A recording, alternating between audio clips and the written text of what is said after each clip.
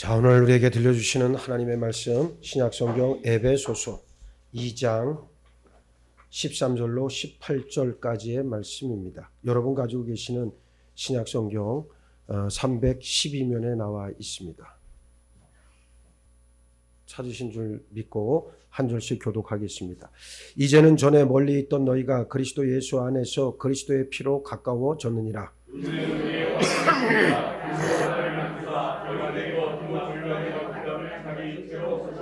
법조문으로 된 계명의 율법을 폐하셨으니 이는 이 둘로 자기 안에서 한 세 사람을 지어 화평하게 하시고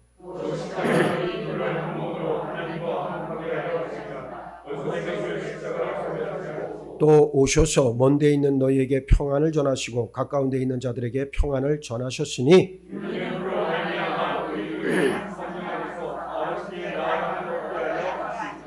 아멘. 할렐루야. 자, 오늘은 우리가 본문에 있는 말씀을 통해서 십자가의 신비라고 하는 제목의 말씀을 나누겠습니다. 인간 세상에서 하나가 된다라고 하는 것은 참 어려운 일이죠. 둘 이상만 모이면 어떻습니까? 티격태격 자기 주장이 나오고 의견 충돌이 아주 다반사로 일어납니다. 그래서 오늘 우리가 살아가는 이 시대의 소통, 공감, 일치라고 하는 말은 인간이 존재하는 한 참 중요하고도 그리고 필요한 말이 아닌가 싶습니다. 서로 다르다는 걸 이해하고 공감하면 하나가 될 수 있는 길이 열리죠. 이 지구상에서 지난 3,500년 동안 전쟁이 없었던 기간은 얼마일 것 같습니까? 채 300년이 되지를 않아요. 그러니까 전체 인류 역사에서 92%에 해당하는 시간들이 결국 뭡니까? 전쟁의 역사였다는 거예요. 지금도 러시아가 우크라이나를 침공해서 지금 수많은 우크라이나 국민들이 아주 고통 가운데 처해 있는 것을 우리들이 잘 알고 있죠. 역사 속에서 수많은 사람들이 평화를 외쳤지만 이 세상에 진정한 평화가 임했던 적은 없었습니다. 예수님께서 누가복음 12장 53절에서 뭐라고 말씀하십니까? 아버지와 아들과 아들이 아버지와 어머니가 딸과 딸이 어머니와 시어머니와 며느리가 시어머니와 무엇한다? 분쟁하리라. 그렇게 말씀하셨습니다. 예수님은 평화의 왕이지만 예수님으로 인해 진리로 인해 세상은 더 불화하게 될 것이라고 하는 말씀인데 대립과 갈등으로 싸우는 세상에 예수 그리스도께서 오신 이유는 평화를 심으려고 오셨기 때문입니다. 요한복음 15장 19절에서 예수님은 너희가 세상에 속하였으면 세상이 자기의 것을 사랑할 것이나 너희는 세상에 속한 자가 아니요 도리어 내가 너희를 세상에서 택하였기 때문에 세상이 너를 미워한다 말씀했습니다. 대립하고 갈등하고 싸우는 세상 가운데에서 평화를 이루시기 위해 하나님께서는 그 사랑하는 독생자 예수 그리스도를 통해 십자가를 세우셨습니다. 십자가의 신비, 먼저 예수님의 십자가는 불이라고 하는 사실을 우리가 꼭 기억해야 합니다. 본문에서는 예수님이 이 세상에 오신 것은 사람과 사람 사이의 화목 그리고 하나님과의 화목을 위함이다 말씀하고 있어요. 그런데 아까 본 누가복음 12장의 말씀에서는 불을 던지러 즉 화평이 아니라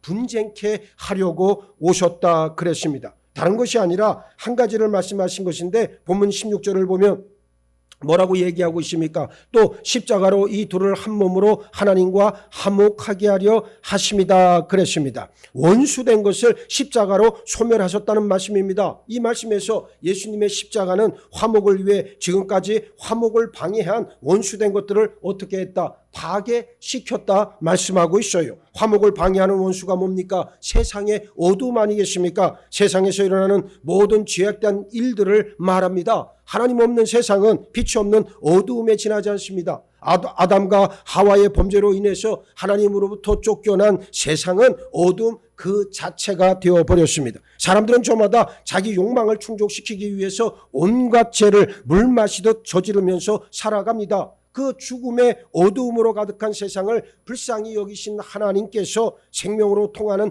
통로를 만드셨습니다. 그것이 바로 율법이었는데 신명기 28장 9절에 여호와께서 내게 맹세하신 대로 너를 세워 자기의 성민이 되게 하시리니 이는 내가 내 하나님 여호와의 명령을 지켜 그 길로 행할 것임이니라 말씀하고 있습니다. 그런데 하나님께서 생명의 통로가 되기를 바라셨던 율법이 도리어 사람을 서로 분리시키고 외식하는 그런 죄의 길로 변질되었다는 것이 아픔이에요. 이 율법을 가리켜 본문에서 중간에 막힌 다음 법조문으로 된 계명이다 그렇게 말씀하고 있습니다. 이것이 세상에 있는 인간의 욕망들과 율법으로 인한 분리와 갈등의 어두움이 바로 화목을 방해하는 원수가 되었다는 의미예요. 예수님께서 요한복음 3장 19절에서 그 정죄는 이것이니 곧 빛이 세상에 왔을 때 사람들이 자기 행위가 악함으로 빛보다 어두움을 더 사랑한 것이니라 말씀합니다. 세상은 어두움이었어요. 그곳에 생명의 빛이 보내졌습니다. 사람들은 빛으로 인해 자신의 어두운 모습이 드러나는 것이 싫어서 빛을 극도로 꺼려합니다. 그래서 그 빛을 미워하고 끝내는 어떻게 했습니까? 죽여버렸습니다. 사람들은 빛이신 예수님을 죽이면 자신들의 세상이 올 것이다 생각했지만 오히려 자신들의 생각과는 더 멀어졌어요. 왜냐하면 예수님의 십자가가 죄를 소멸하고 그리고 어둠을 밝히는 불이 되었기 때문입니다. 히브리서 12장 29절에 우리 하나님은 소멸하는 불이심이라 말씀하신 대로 십자가는 죄를 소멸하는 불인 줄 믿으시기 바랍니다. 이 예수님의 십자가를 붙잡을 때 우리를 병들게 하고 분열과 갈등, 죽음에 이르게 하는 모든 죄가 소멸됩니다. 예수님은 우리를 죽게 하는 원수된 죄를 멸절시키기 위해 십자가를 지셨어요. 예수님의 십자가만을 의지하는 여러분 모두가 되길 주의 이름으로 축복합니다. 둘째, 예수님의 십자가는 하나님과 우리를 연결시켜 줍니다. 죄는 인간을 분리시키고 파멸시키고 죽음으로 내모는 주범이에요. 시체가 있는 곳에 독수리떼가 모이듯 죄가 있는 곳에 분리와 갈등, 파괴와 죽음이 모여듭니다. 그래서 세상은 서로 질투하고 시기하고 짓밟고 죽입니다. 세상은 본질상 어두움이기 때문에 그래요. 그런데 하나님의 자녀는 예수님의 빛을 담은 등불이기 때문에 세상이 경계하고 미워합니다. 요한복음 17장 14절에서 예수님은 내가 아버지의 말씀을 그들에게 주어 싸우매 세상이 그들을 미워하여 싸우니 이는 내가 세상에 속하지 아니한 같이 그들도 세상에 속하지 아니함으로 인함이니이다 라고 말씀합니다.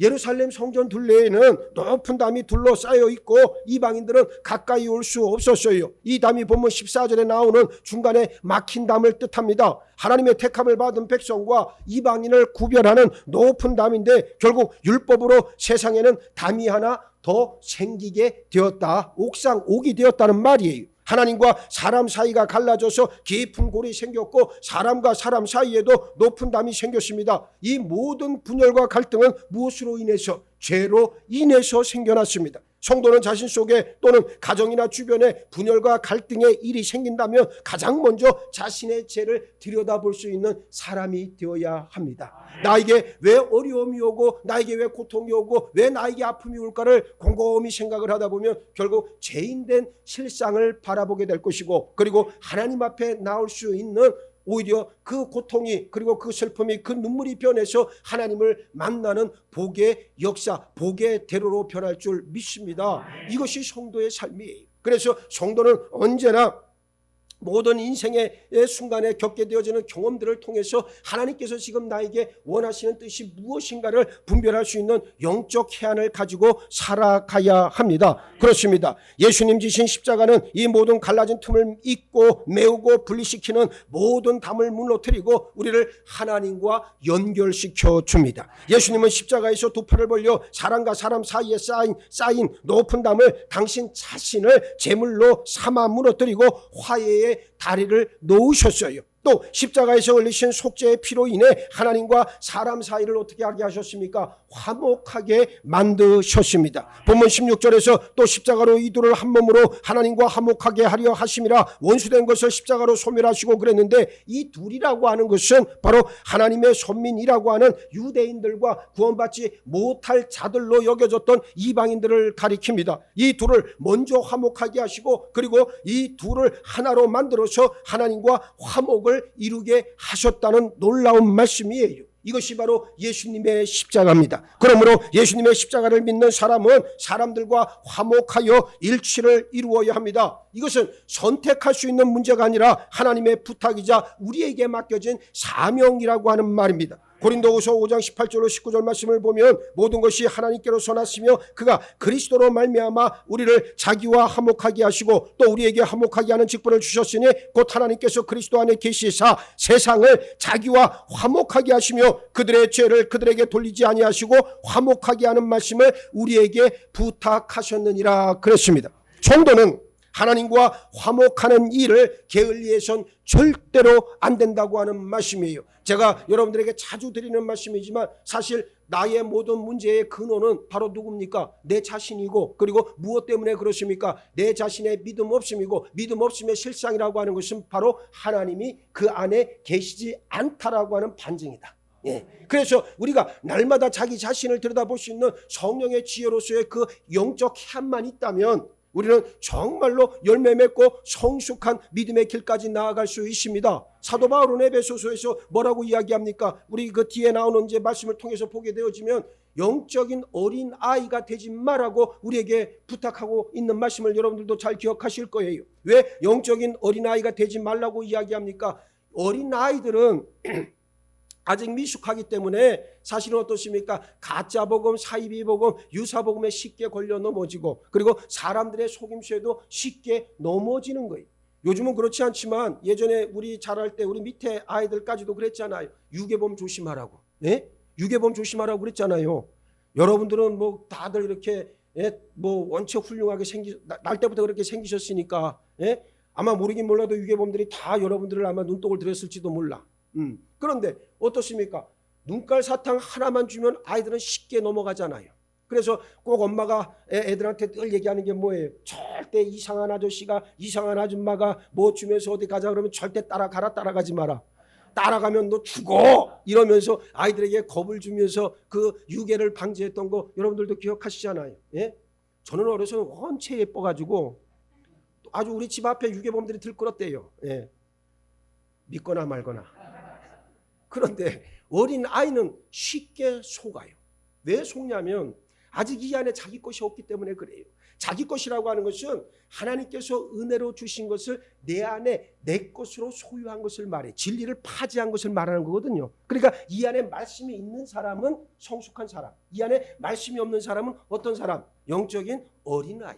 그러니까 쉽게 세상 세파에 무너져 갑니다. 휩쓸려 갑니다. 세상이 뭐라고 와서 조금만 속삭여도 얼른 아주 홀라당 넘어가서 세상으로 달려나가요. 누가 와서 무슨 얘기만 하면 그 말이 진짜인 것처럼 박수를 치며 좋아합니다. 이것이 영적인 어린아이인데 영적인 어린아이들은 바로 누구다? 십자가의 원수다. 그래서 어떻게 하라는 거예요? 너희가 영적인 어린아이에서 벗어나 어떻게 하라는 겁니까? 그리스도의 장성한 분량이 충만한 데까지 이르러야 한다고 사도 바울이 말씀하고 있는 거 아니겠습니까?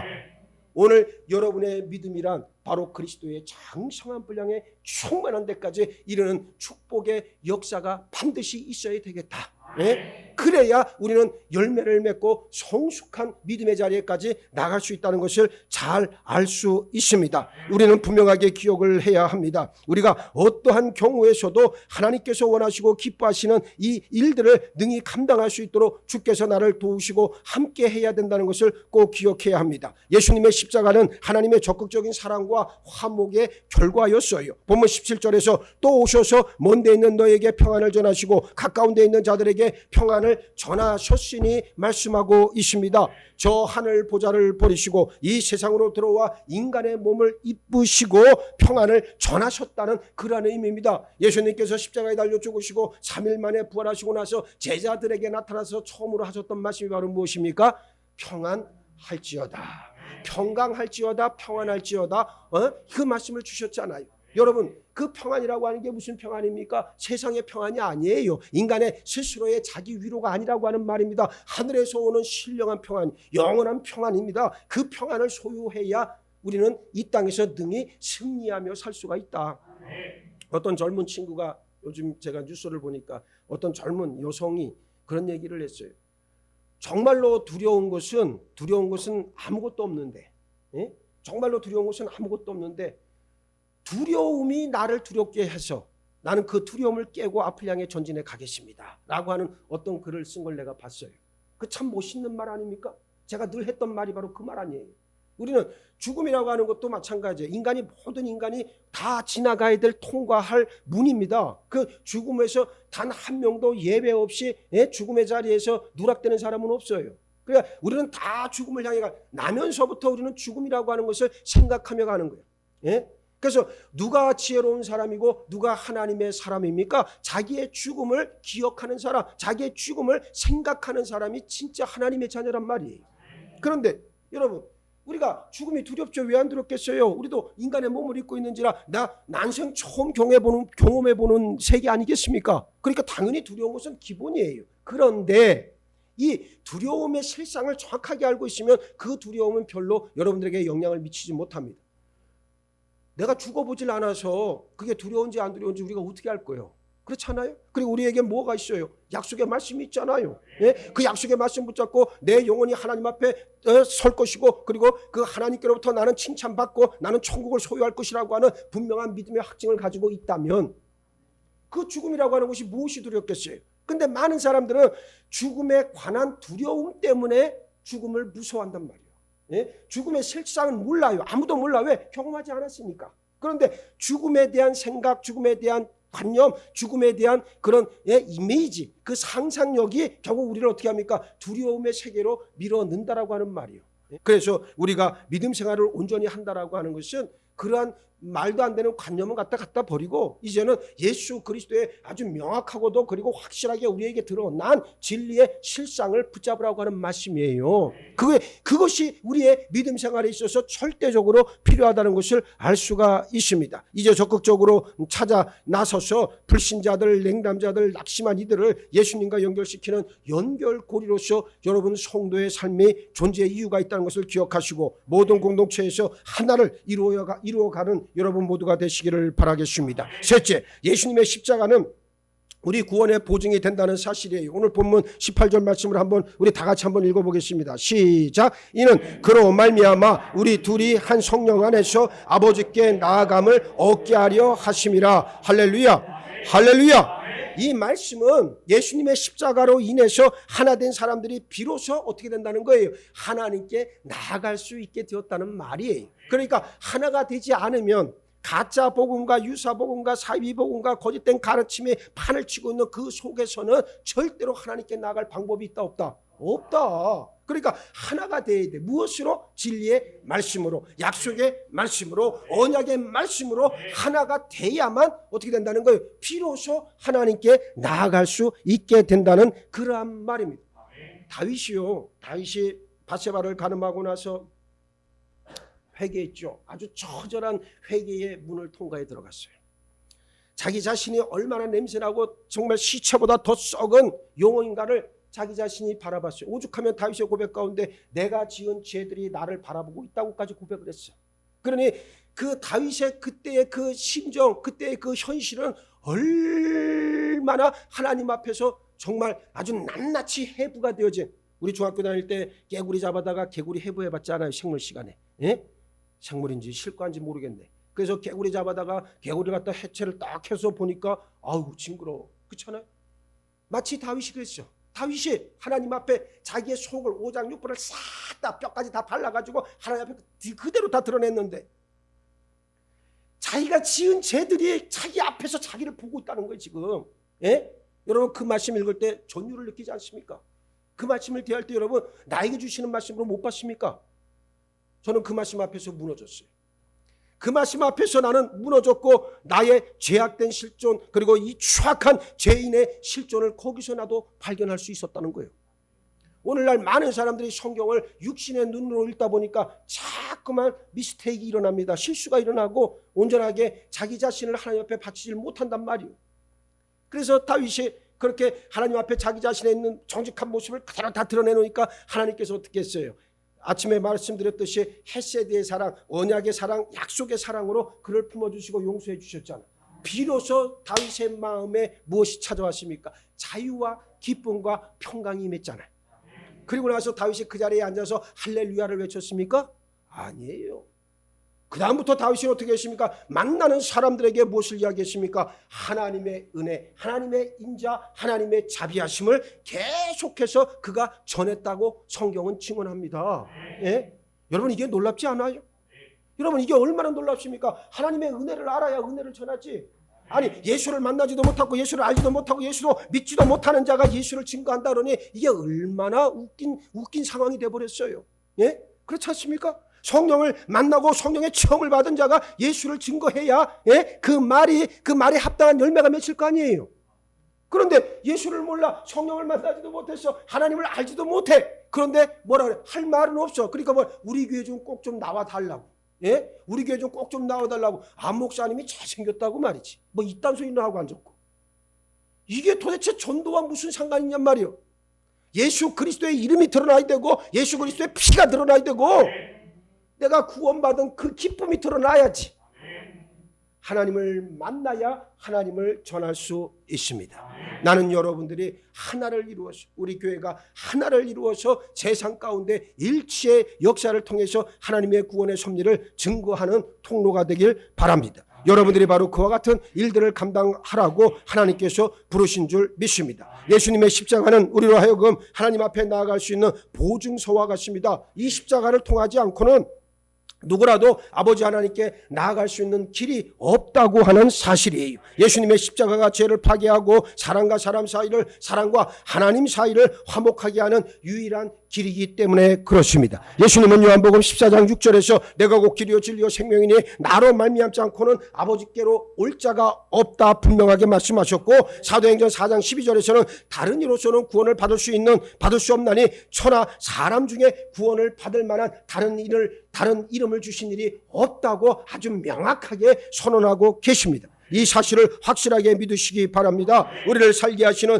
유일한 생명의 길은 누구밖에 없다? 예수 그리스도밖에 없다는 사실입니다. 우리 죄를 없게 하시고 사람과 사람, 우리와 하나님과 평화하게 하시는 연결고리는 바로 예수님의 십자가라고 하는 사실이에요. 예수님을 의지하지 않고는 이 땅에서 진정한 평화도 화목도 행복도 기대할 수 없습니다. 세상은 어둠 그 자체이기 때문에 그래요. 이 어둠을 밝히라고 하나님께서 성도된 여러분 한 분 한 분을 부르신 줄 믿습니다. 여러분들을 통해서 빛이 드러나야 된다는 거예요. 예수 그리스도의 빛이 드러나야 되고 예수의 생명이 드러나야 되고 예수 그리스도와 같이 어떻게 합니까? 이 영적으로 기민한 그러한 사람이 되어서 하늘의 진리를 밝히 알고 있어야 된다. 여러분 성경을 보면 재밌는 구절들이 참 많아요. 그런데 가만히 여러분들에게 제가 드리는 힌트 가운데 하나가 이거예요. 무슨 얘기냐면 성경을 읽으면 물론 믿음에 대한 이야기가 많이 나오죠. 그런데 구약 성경을 보면 특별히 예언서를 보게 되면 믿으라라고 하는 말만큼이나 중요하게 나오는 말이 나와요. 그게 뭐냐면 하나님을 알라. 하나님을 알아야 한다고 이야기를 해요. 근데 성도들에게 가서 물어보면 몰라요. 당신 하나님 믿음에 있는 저 온갖 쇼는 다 해놓고 당신 하나님에 대해 알아? 나한테 얘기 좀 해줘봐. 말을 할 수가 없지. 왜? 껍데기인데. 하나님을 알지도 못하는데. 믿음이라고 하는 것도 전부 다 자기 기만, 자기 위로의 그냥 생각일 뿐이고 감정상의 상태일 뿐인데, 그러니 하나님을 어떻게 알겠어요? 그런데 이상하게도 성경은 왜 믿음과 알을 함께 놓고 이야기할까? 이게 굉장히 중요한 문제입니다. 무슨 얘기냐면 보세요. 내가 믿기 위해선 알아야 합니다. 알기 위해선 믿어야 돼요. 순서의 문제가 아니에요. 이것은 마치 동전의 양면과 같아서 하나님을 알기 위해 부단히 나아가는 사람, 말씀의 깊이 안으로 들어가서 정말 말씀대로 살려. 제가 브라질에서 우리 가족들을 다 한국에 보내놓고 이제 한국에 나오려고 준비할 때 그때 성경을 읽었다 그랬잖아요. 그때는 하루에 4시간 5시간 빼고 그 다음에 잠자는 시간이 그 4시간 5시간이 잠자는 시간, 밥 먹는 시간 3개 다 쳐서 한 1시간 반, 그리고 뭐 화장실 왔다 갔다 하고 뭐 이러는데 또 한 2시간 빼고 나면 나머지는 전부 다 성경 있는데 내가 다 올인했어요. 예? 여러분 감이 상상이 됩니까? 예? 여러분 정말 엉덩이에 진물이 나요. 진물이 나. 예? 그래서 몇 번씩 일어났다 앉았다 일어났다 앉았다 하면서 성경을 봐야 돼. 이게 말처럼 쉬운 게 아니에요. 여러분들 앉아갖고 집에 탁 누워가지고 뭐 스마트폰 같은 거 꺼내가지고 말씀 읽는다고 그러지만 그거는 어쩔 수 없는 상황에서나 읽을 수 있는 거지. 진짜 하나님의 말씀을 보기 위해서는 딱 책상 펴놓고 말씀상이 왜 필요해요? 예? 내가 말씀상을 만든 이유가 있어요. 여러분 성경 보라고 만든 거예요. 거기에서 여러분들 무슨 뭐 다른 거 하라고 한 게 아니고 성경을 읽으라고 그 말씀상을 만들었단 말이에요. 그러니까 그 자리에 앉아서 말씀을 자정하고 나서 내 마음을 먼저 정결하게 한 다음에 말씀을 읽어야 되는 거예요. 네? 그럴 때 여러분 보세요. 4시간, 5시간, 6시간, 7시간 막 10시간을 읽어 제끼면 여러분 내 눈은 좀 피곤한 게 아니에요. 내 육신은 아주 무너져가는 것 같아요. 그런데 재밌는 것은 내 영은 반짝반짝 빛난단 말이에요. 이게. 예? 정말 얼마나 빛나냐면 저 밤하늘의 별보다 더 빛난다는 걸 내가 느끼고 있어요. 예? 그걸 느끼면서 내가 말씀을 본단 말이에요. 그러니까 그 말씀을 아는 그 재미가, 영적인 재미가 하루하루 켜켜이 쌓여가니까 한 달, 2달, 6개월이 그냥 지나가더란 말이에요. 예? 하나님을 아니까 하나님을 믿게 되는 거고 하나님을 믿으니까 하나님을 알게 되는 거예요. 할렐루야. 할렐루야. 말씀을 기계적으로 읽지 마시고 나에게 말씀하시는 하나님의 음성으로 들으시길 주의 이름으로 축복합니다. 어찌됐건 예수의 십자가라고 하는 것은 우리에게 그만큼 중요한 그런 은혜가 된다는 것, 그리고 보증서와 같다라고 하는 것을 꼭 기억을 하셔야 됩니다. 하나님의 자녀된 우리는 먼저 내 영혼 가운데 진리의 빛이 밝혀져 있어야 하고 그 빛이 나를 통해 세상에 드러나야 합니다. 진리의 빛이 무엇이겠습니까? 예수입니다. 예수는 또 어떻게 우리에게 진리의 빛을 제공합니까? 바로 당신 말씀으로 우리를 어떻게 합니까? 밝혀주신다. 그래서 말씀이 충만하고 말씀이 풍성하면 여러분들의 삶을 통해서도 그 말씀의 열매들이 맺히기 시작하는 거예요. 십자가를 경험한 사람만이 자기 십자가를 지고 우리 예수님 걸어가신 길을 따라갈 수 있습니다. 그 십자가가 우리 구원의 확실한 보증이 된다는 사실을 날마다 여러분 심령의 중심으로 입술로 선포하기를 예수의 이름으로 축복합니다. 그래서 십자가가 있어야 돼요. 여러분의 가슴에 심령의 중심에 십자가가 있어야 돼요. 목걸이가 아니라 예쁜 금목걸이가 아니라 여러분의 심령 안에 십자가가 딱 있어야 돼. 네? 제가 우스갯소리로 그랬어요. 저희 가족들한테 나는 꼭 문신을 하고 싶다. 어? 이것도 농담이야. 어디가 또 진짜라고 또 가서 이상한 얘기 하지 말고. 그래서 한쪽에는 성경책, 네? 한쪽에는 십자가, 등 쪽에는 예수님의 얼굴. 나 좀 그렇게 하고 싶다. 내 마음의 간절한 소원이야 사실은. 죽기 전에 꼭 한번 할 거예요. 여러분들이 저보다 늦게 죽으니까 확인할 방법은 없을 거라고. 아니 내가 왜 그 말을 했냐면 멋있으라고 하는 게 아니고, 근데 우리 가족들은 그 깊은 뜻을 몰라요. 사실은 뭐냐면 아주 내 속의 뼛속까지 내가 새기고 싶어서 그랬던 거예요 사실은. 네? 정말 예수를 안 되면 내 이맛박에라도 여기다 예수라고 딱 쓰고 아주 문신을 하고 다니든가. 네? 그럼 다 도망가려나? 이상하다 그러려나? 그 마음을 알아야 돼. 그 의도를. 그러니까 이 속에 예수가 아주 막 자리 잡고 있어야 돼요. 예수가 없으면요 절대 여러분들은 믿음 있단 말을 못해요. 예수와 자녀 거래할 수 없습니다. 예수와 세상 절대로 거래 못해요. 딜할 수도 없어요. 예수가 최고가 돼야 돼요. 예? 우리 가정에 우리의 주인은 오직 예수 그리스도. 나는 예수 그리스도의 신부야 신부. 예? 여러분들은 예수님의 신부가 된 자들이란 말이에요. 그러니까 얼마나 정결해야 되고 얼마나 깨끗해야 되고 얼마나 신부가 말이죠 온갖 더러운 짓은 혼자 다 하고 다니고 신부가 그러면 쫓겨나. 그렇잖아요. 근데 신부는 어때야 돼? 정결한 게 최고지. 거룩해야 되고 신랑의 마음에 합한 자가 돼야 되는 거예요. 이게 신부의 책무라고 하는 말이에요. 성경이 증언하는 신부는 뭡니까? 신랑을 위해 모든 걸 다 헌신할 수 있는 사람을 말하는 거예요. 오늘 여러분들에게 그와 같은 신부의 사명이 깨달아지는 역사가 있기를 바랍니다. 자, 말씀을 정리하겠습니다. 제가 필연코 어두움을 불러들인다는 사실을 시인하기 바랍니다. 우리가 세상을 의지하고 세상과 한 몸이 되어 사는 한 어두움이 우리를 지배하고 진정한 평화와 행복은 얻을 수 없습니다. 뭔가 얻기 위해 하나님을 떠나 세상으로 달려가 보지만 얻을 수 있는 것은 갈등과 분열밖에 없습니다. 우리를 살리는 것은 오직 예수 그리스도 십자가뿐입니다. 십자가를 붙잡으시길 주의 이름으로 축복합니다. 세상에서 실패하고 관계에 갈등이 생기고 삶에 어두운 그림자가 들이운다면 예수의 십자가 앞에 나와 십자가를 붙잡으면 반드시 승리할 수 있습니다. 사도 바울은 로마서 5장 1절에서 그러므로 우리가 믿음으로 의롭다 하심을 받았으니 우리 주 예수 그리스도로 말미암아 하나님과 화평을 누리자 당부하고 있어요. 십자가의 신비가 우리 믿음의 알맹이로 단단히 자리 잡기를 예수의 이름으로 축복합니다. 축복합니다. 축복합니다. 세상의 삶 가운데 때로는 힘들고 고통스럽고 아플 때 실패하고 또 누군가와의 관계 속에서 갈등이 생기고 분열이 생길 때, 왜 하필 나에게 이러한 일이 생길까 한탄하게 될 때, 내가 그동안 누구를 의지했는지 바라봅니다. 내가 진정 십자가를 향해 나왔습니까? 하나님을 찾았습니까? 내 삶이 얼마나 애절한가 간절한가를 알게 하여 주시고, 이 육신의 때 외에는 내게 구원받을 때가 없다는 것을 인정하게 하여 주심으로 말미암아 이제는 누구라도 다 십자가 앞에 자기 자신의 실존을 대면하게 하시고 내려놓게 하시고 정직하게 아버지 앞에 고백할 수 있는 우리 모두로 변화시켜 주옵소서. 십자가를 통과한 자만이 믿음의 승리자가 될 줄 믿습니다. 십자가의 흔적이 우리를 살리는 구원의 보증이 될 줄 믿습니다. 보혈로 우리를 피 뿌려 당신의 거룩한 지체들로 세워 주옵소서. 감사하오며 우리 주님 예수 그리스도 이름 받들어 기도하옵나이다. 아멘.